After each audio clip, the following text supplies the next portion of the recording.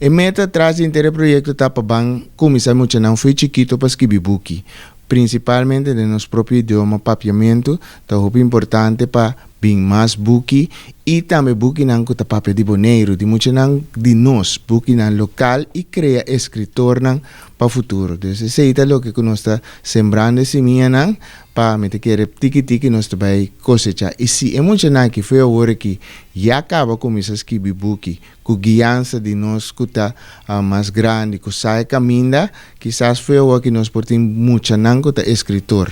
Zeg, die komen que botar compositor também de uma peça.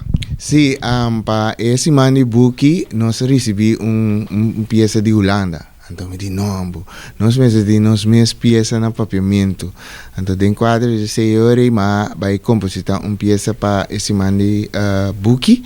Então esse aí junto com o emocionante Sketch Club e com o arreglo de Michael Bianchi, nós hinca uma peça de outro, então me te quer para outro simango just que a peça aí também sai junto com o videoclip, para assim nós muito não canta na papiamento e peça para virar lo que boque.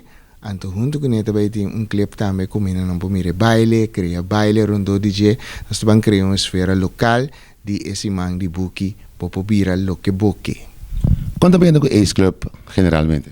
Hoy bom, tiki nos está tomando un tiki más mucha, está creciendo, nos está mejorando los productos que nos está donando mucho, principalmente adaptando a lo que es necesidad de boneiro ta. Entonces, mucho desarrollando más bom mes y tiki si bom mes mira, nos está haciendo más. Nos comenzamos con cosas chiquito y ahora que nos está preparando para sacarnos por una obra teatral.